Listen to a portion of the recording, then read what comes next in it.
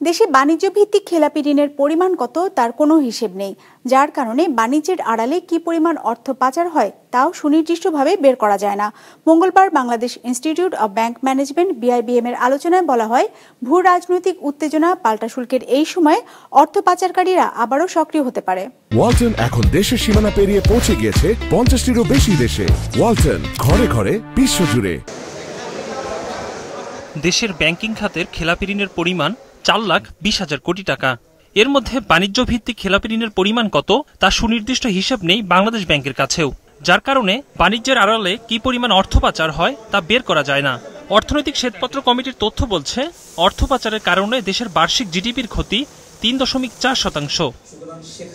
বাণিজ্যের আড়ালে অর্থ পাচার বন্ধে ব্যাংকগুলোকে তাদের গ্রাহক সম্পর্কে আরও সতর্ক হওয়া এবং সন্দেহজনক লেনদেন দেখলে রিপোর্ট করার পরামর্শ BIBM এর।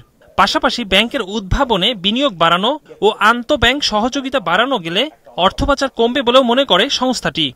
ব্যাক টু ব্যাক এলসি হলো এখন সবচেয়ে আমাদের ভালনারেবল প্রোডাক্ট, সবচেয়ে বেশি ফ্রড এখানেই হয়।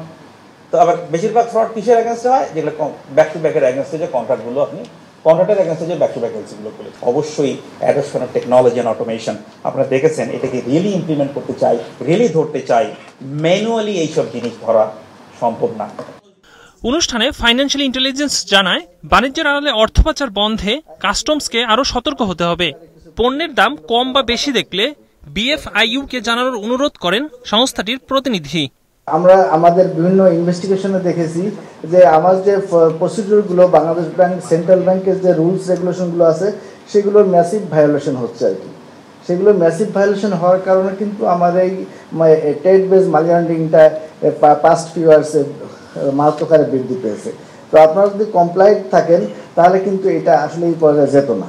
ভূরাজনৈতিক উত্তেজনা, শুল্ক, পাল্টা শুল্কের এই অস্থির সময়ে অর্থ পাচারকারীরা আবারও সক্রিয় হতে পারে এমন শঙ্কাও প্রকাশ করেন আলোচকরা। শনাক্ত করা থেকে শুরু করে। একরামুল ইসলাম খান, বিজনেস রিপোর্ট, মাছরাঙ্গা টেলিভিশন।